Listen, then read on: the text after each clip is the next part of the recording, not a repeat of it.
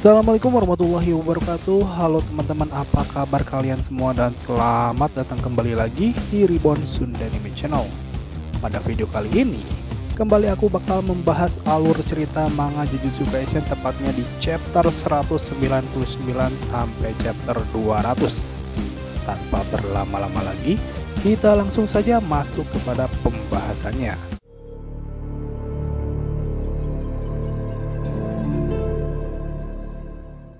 Awal cerita manga Jujutsu Kaisen chapter kali ini dibuka dengan memperlihatkan Maki Zenin menghampiri sahabatnya yaitu Noritoshi Kamo yang tergeletak karena terluka parah akibat sebelumnya telah ikut bertarung untuk mengelur waktu supaya Maki bisa memulihkan kondisi tubuhnya.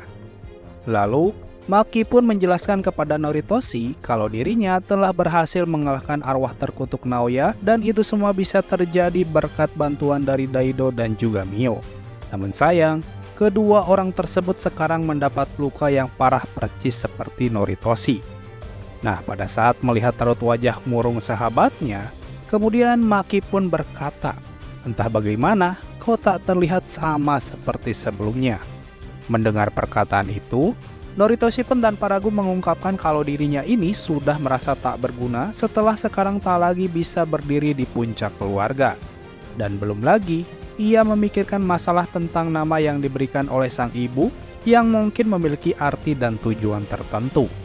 Lalu, Noritoshi pun bertanya kepada Maki, "Apa kau tak pernah tanya?" Maki pun menjawab bahwa dirinya telah bertanya punyanya. Lalu, dia pun membunuh sang ibu. Karena perbuatan tersebut, Maki pun sempat berpikir apakah keputusannya itu sudah benar atau tidak. Dan mungkin dirinya dengan sang ibu harusnya lebih banyak berbicara lagi. Sembari menggotong Noritoshi, Maki pun menasehati sang sahabat agar jangan jatuh ke jurang yang sama. Nah, menariknya di chapter kali ini guys, kita akhirnya dapat mengetahui sebenarnya berdasarkan apa ibu dari si pengguna teknik darah itu menamai putranya dengan nama Noritoshi. Jadi menurut penjelasan sang ibu kepada keluarga barunya, bahwa ketika itu ia sedang marah hingga dirinya menuliskan apapun yang muncul di otaknya. Dan kebetulan yang terlintas di otaknya saat itu adalah Noritoshi yang merupakan nama tabu di kediaman tersebut. Sang ibu bahkan saat itu tak tahu apa yang baik untuk Noritoshi. Akan tetapi, yang sebenarnya dia inginkan adalah agar Noritoshi segera meninggalkan rumah itu dan kembali padanya dengan selamat. Tak lupa, ia pun memberitahu adik tirinya kalau Noritoshi itu baik lantaran dia merupakan putranya. Kemudian di panel selanjutnya diperlihatkan pada tanggal 14 November di koloni Tokyo 1, tepatnya di puncak Hotel Metropolitan. Nampak Hana Kurusu atau The Angel mengucapkan selamat pagi pada Megumi Fushiguro yang baru saja terbangun setelah tertidur selama 2 hari menurut pemaparan dari Itadori. Selain mereka bertiga, ternyata di sana juga ada sang komedian Takaba yang baru saja tiba membawa banyak makanan dari toko yang masih terdapat listrik. Karena merasa aneh, Takaba pun bertanya, "Kenapa listriknya tidak mati?" Lalu, Hana Kurusu pun dengan detail memberitahu sang komedian bahwa itu dikarenakan arwah terkutuk lebih cenderung menyerang manusia ketimbang gedung. Dan bisa juga Kenjaku membuat perjanjian melalui para petinggi untuk mencegah gangguan apapun di saat cooling game, ucap Megumi Fushiguro. Selain itu, di sini pun juga dijelaskan kronologi bagaimana Megumi bisa sampai di tempat ini. Jadi ceritanya, setelah bertarung, Itadori bergegas menuju ke tempat pertarungan Takaba berlangsung. Sesampainya di sana, Itadori dan Takaba pun bekerja sama agar bisa menemukan keberadaan Megumi. Dan beruntungnya, di tengah perjalanan, mereka berdua menemukan Kurusu yang sedang terbang sembari membawa tubuh sahabatnya. Dan begitulah cara Megumi bisa sampai di penginapan mewah ini. Lalu sembari duduk santai, Itadori pun memberitahu Megumi bahwa dalam monitor Kogane tertulis Hakari Senpai telah mendapatkan 100 poin. Selain dia, ada juga Okotsu yang bahkan mendapatkan 190 poin. Menurutnya, jika poin Hakari dan Okotsu ditambahkan dengan poin Fushiguro, Takaba, dan Kurusu, maka totalnya menjadi 359 poin.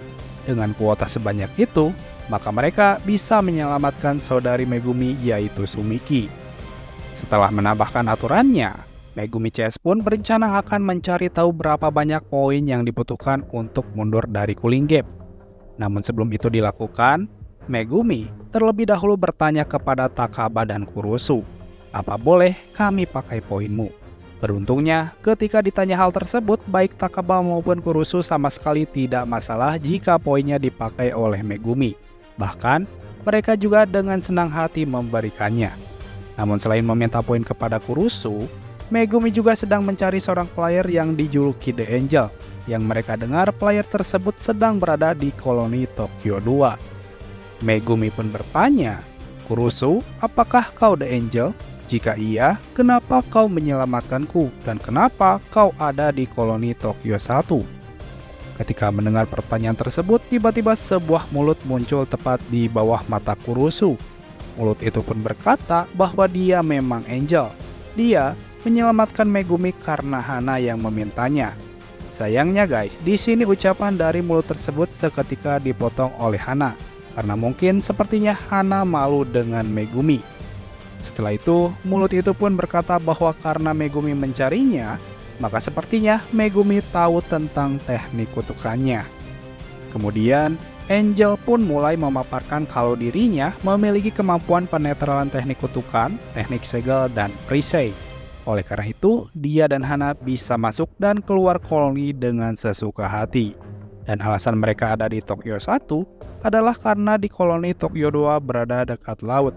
Di sana ada lebih banyak arwah terkutuk daripada player, termasuk mereka juga menghindari player bernama Kasimo. Tujuannya sendiri adalah memusnahkan semua player inkarnasi, karena sebagian dari mereka akan memusnahkan kesadaran fasal mereka saat berinkarnasi. Angel menganggap apa yang mereka lakukan adalah melawan hukum Tuhan. Itu sebabnya dia memilih untuk tinggal bersama Hana. Lalu, Megumi pun kembali bertanya. Kali ini, dia ingin mengetahui apa teknik kutukan Angel bisa mengembalikan player inkarnasi kembali ke diri mereka sebelum inkarnasi. Angel pun menjawab bahwa dirinya tak bisa bilang kalau tak bisa, tapi 99% kemungkinannya mereka akan mati. Inkarnasi sendiri adalah gabungan dari objek terkutuk dan daging hidup. Itulah mengapa memisahkan satu dari yang lainnya itu sulit. Karena dari tadi Megumi bertanya tentang hal tersebut, jadinya Angel pun balik bertanya, apa Megumi ingin mengembalikan seseorang ke wujud awal mereka? Jika iya, Angel pun meminta maaf karena tidak bisa membantu soal tersebut. Mendengar ucapan Angel, tentu saja Megumi tidak meminta Angel untuk melakukan hal tersebut. Tapi yang Megumi CS butuh dari Angel adalah menghancurkan segel pada objek terkutuk tingkat spesial Prison Rim. Dan beruntungnya, jika soal segel dari objek terkutuk, Angel pun bisa melakukannya. Tapi syaratnya, pertama Megumi diminta membantunya, lalu dirinya baru akan menghancurkan segel Prison Rim. Dan syarat yang harus dilakukan oleh Megumi adalah membantu Angel membunuh satu player inkarnasi bernama The Fallen. Jika dirinya bisa membunuh player ini, maka Angel akan menjamin untuk membantunya. Ketika mendengar kata The Fallen, tiba-tiba Itadori langsung menemui Sukuna di alam bawah sadarnya. Dan entah sebal atau apa, Sukuna malah menyambut vasalnya tersebut dengan kata-kata yang lumayan kasar. Ia pun berkata, "Apa maumu? Melihat wajahmu sudah membuatku muak. Aku merasa akan katakan saja sebelum ada orang tolol yang keceplosan dan membongkar semuanya." Sukuna pun akhirnya mengungkapkan bahwa dirinya adalah The Fallen. Lanjut ke chapter berikutnya, di mana kali ini diperlihatkan setelah mengetahui bahwa Sukuna adalah musuh bebuyutan Angel yang disebut The Fallen, seketika membuat Itadori pun terdiam dan lalu berpura-pura tidak enak badan agar bisa menukar posisi duduknya dengan Kurusu di sofa. Tak lama kemudian, saat Angel sibuk memandangi wajah Megumi, tiba-tiba Itadori dari kejauhan mencoba memberitahu Megumi bahwa Sukuna yang ada dalam dirinya adalah The Fallen dengan menggunakan gerakan tubuh. Melihat gerakan-gerakan konyol Itadori, awalnya Megumi tidak memahami apa yang ingin sahabatnya itu katakan. Tapi karena dia pindah ke situ, Megumi berspekulasi kalau ini hal yang tidak dia mau sampai Kurusu tahu. Setelah berpikir lebih dalam, Akhirnya Megumi pun paham apa yang ingin Itadori katakan padanya. Jadi untuk melepas segel Gojo, kerjasama dari Angel tak tergantikan. Namun syarat untuk mendapati itu adalah membunuh player yang disebut dengan The Valiant. Tapi Sukuna adalah The Valiant itu sendiri. Lalu target Angel adalah Itadori Yuji. Tentunya hal ini merupakan masalah baru. Tapi saat ini menurut Megumi masalah terbesarnya adalah Itadori Yuji. Dan alasan Sukuna harus merahasiakannya pasti karena Angel memiliki kemampuan yang bisa menghapus permanen dirinya tanpa celah untuk pembangkitan. Oleh karena itu, Megumi sangat khawatir kepada sahabatnya, karena Itadori pasti rela mengorbankan nyawanya. Di saat Megumi berpikir sangat keras, tiba-tiba Angel memberitahu semua bahwa ada orang dalam jumlah sangat banyak memasuki koloni saat ini. Dan ketika dilihat dari Kogane, jumlah player yang baru masuk dalam 10 menit terakhir saja berjumlah 807 orang. Kemudian di panel selanjutnya, diperlihatkan pada bulan Februari 2018, Kenjaku sedang melakukan pertemuan penting dengan para petinggi dari negara superpower yaitu Amerika Serikat. Dalam pertemuan itu, Kenjaku menjelaskan perihal asal-usul dari energi kutukan, proses terciptanya arwah terkutuk hingga manusia yang bisa mengendalikan energi kutukan yang disebut dengan penyihir Jujutsu. Pada dasarnya, menurut Kenjaku fenomena ini hanya terjadi di Jepang saja. Untuk meyakinkan orang-orang tersebut akan fenomena ini, Kenjaku lalu memberikan kacamata yang dipakai oleh penyihir Jujutsu. Dikatakan bahwa kacamata itu berfungsi seperti layar proyeksi. Jika mereka memakainya, maka mereka akan bisa melihat arwah terkutuk dan apapun yang dibuat dari energi kutukan. Dan saat mereka memakai kacamata tersebut, tiba-tiba mereka pun seketika bisa melihat makhluk yang tercipta dari energi kutukan. Karena merasa sudah melampaui dimensi, sang presiden pun segera menegur Cyrus Vale yang merupakan asisten sekretaris dan bekerja di Departemen Energi Amerika Serikat. Akan tetapi, Cyrus mencoba menenangkan sang presiden karena menurutnya ini adalah tambang emas. Jika melewatkannya, maka mereka pasti akan tertinggal dari dunia.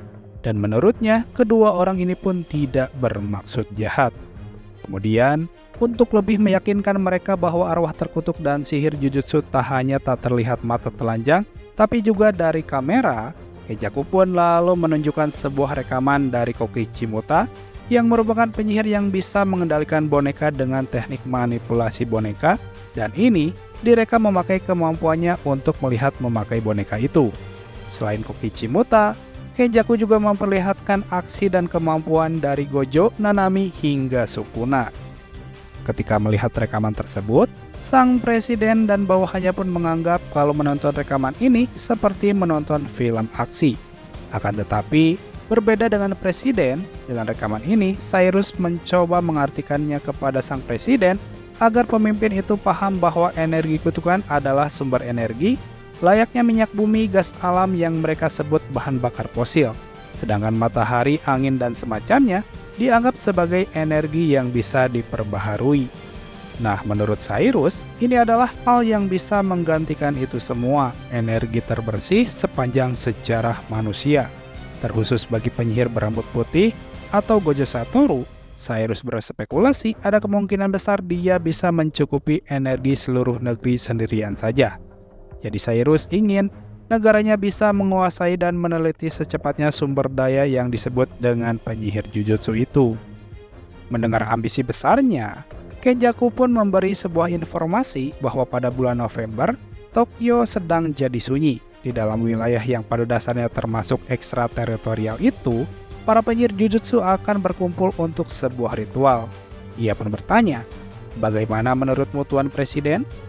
Di akhir panel, diperlihatkan sang presiden pun murka karena seolah-olah dia harus menculik warga sipil Jepang sebagai sampel eksperimen dengan kuasanya. Lalu bagaimanakah kisah selanjutnya? Oke guys, demikianlah pembahasan manga Jujutsu Kaisen chapter 199 sampai 200. Terima kasih buat kalian yang sudah mampir dan menonton video ini sampai selesai. Dan akhir kata, wassalamualaikum warahmatullahi wabarakatuh.